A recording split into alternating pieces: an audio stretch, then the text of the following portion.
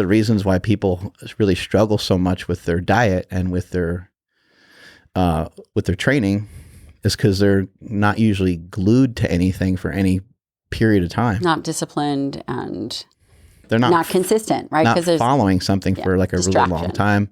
I've heard people say Ronnie Coleman he did the same program for like 25 years.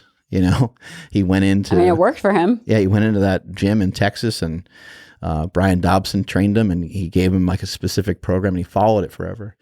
But most people now, I think, are really having a hard time. They might try a program. Again, stress might kind of get the better of them, and they're kind of on it, they're off it.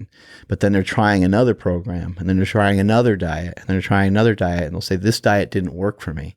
And they earmark that one. And they say, this diet didn't work for me, and they earmark that one. And then when they come to a doctor or a physician or somebody, a personal trainer, the trainer says, what have you tried? What have you done? What's your history? And they'll say, oh, I tried everything. And it's like, oh, you did, but like it was only for, unfortunately, it's great that you tried them, but you only did it for like little bits and pieces, and you weren't concentrated enough on anything. Yeah, and that really affects people's stress. So if we even went back to the stress, right, it lowers their ability to feel good about themselves if they feel that they failed. They failed. And again, what you would say is that thought process is an option, that's an optional thought process. So if you guys are out there listening and you've tried these different diets and things, potentially you can take a step back and re-engage, but re-engage one thing.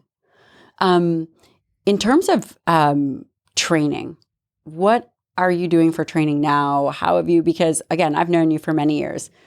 There was a time when I would come visit, and I'm tiny, so I'm not doing these heavy bench presses. You're pretty big. What are you talking about? Shoulders and biceps were popping today.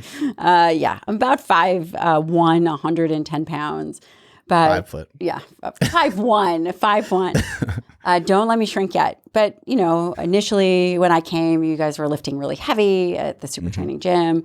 And then another time that I came, it was more, I don't know if it was more like stranger movements with the cable bars. And then maybe it was an alternative machine. It was alternative lifting. I was thinking to myself, getting ourselves in trouble. What is this?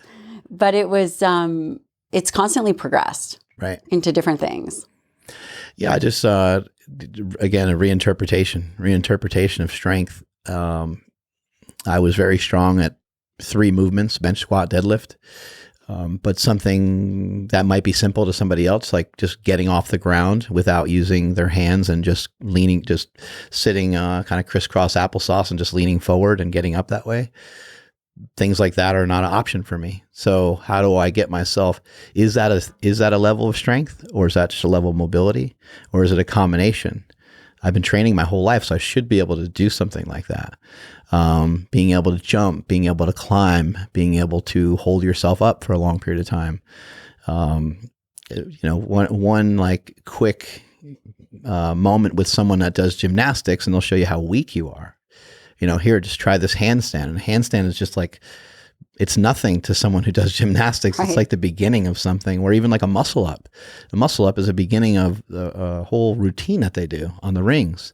And they're not even allowed to like make a face when they do that stuff. They got to just breathe in and out of their nose. And it's very difficult. So over the years, I started to kind of reevaluate what I thought strong was. And I always recognized that there was a huge gap between the strength of somebody like on a field in a sport versus the strength of somebody in the gym. And I was like, why is it more often than not that these guys that are so good in the gym, they kind of suck on the field or suck on the court? Not always. Sometimes you see it have tremendous benefit, but I just always felt like there's something missing. And I knew when I was done with powerlifting that I wanted to get into doing a lot of other movements. Why did you finish powerlifting?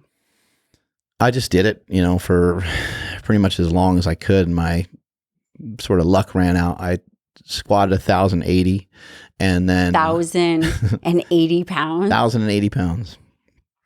And I was preparing for a contest, and in training, I squatted over 1,100 pounds, and that was the goal. And I went to do 1,085, just 5 more pounds than what I performed previously. And I fell with the weight. And that fall was, it was pretty gnarly. Like I hurt my ankle, my knee. I am kind of, I don't know. I have unorthodox ways of like wanting to heal from stuff. And so I didn't go to a doctor. I didn't go to a hospital. I went to somebody that I knew would give me the information that I wanted. That you wanted. Yeah, that I wanted. So I went to a guy who does like acupuncture type stuff, and he's someone I would go to get fixed up here and there. And he basically just said, do you think you had anything wrong with your knee and your ankle before you fell? And I was like, yeah, probably. He's like, what do you have to compare it to? He's like, so you go get an MRI or X-ray. He's like, what are they going to tell you? I was like, you're going to tell me that it's messed up. He goes, and you already know it's messed up, right? And he's like, I don't see anything broken.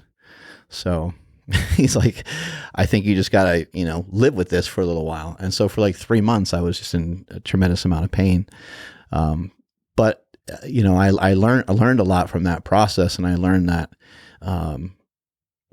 if I just keep reaching and reaching and reaching to get stronger and stronger and stronger, like eventually I could have something like life-threatening, right. And that nearly was falling with that amount of weight. I can't even imagine. I mean, the weight could have easily killed me. And we've seen that. We've seen that happen to people. Yeah, people died recently squatting and stuff like that. So it was time to make a change, and I thought, okay, well, I can't really lift the same way. Did you get down when that happened? Did you feel depressed? Did you feel like, I don't know, because it's not something that you were anticipating, right? So sometimes bad things happen and we can anticipate it. This was a thing that there wasn't an anticipatory experience. Yeah, the anticipation was the exact opposite. That I was going to do really good and I was going to conquer the world. Well, I would still say you conquered the world and are, but did your mental, the way that you think about things mentally kick in at that time, or did that allow you impetus to really begin to kind of cultivate that mind frame? I would be lying if I said I've ever even felt depression. I just tend to shift gears a lot of times. So at the moment, I was like, hey, this sucks. But then it was like, okay, recovery. Think about how do you recover from this? And then secondly, think about what changes can I make? What can I do? Okay, I can't squat. I can't squat for a while. Deadlifting is going to be hard. Like some of the movements that I like and enjoy, they're going to be hard, but it doesn't necessarily mean it's over forever. So I'm just going to shift gears. And the biggest shift right there was, well, now I'm pretty fat, so I should get in shape. I shouldn't be eating the Twinkies anymore. Yeah, and so I recognized that my energy was going to be lower. I wasn't going to have the same energy output anymore. And so I was like, let me switch gears and let me just take this as a new challenge and let me get in shape and see what I can do.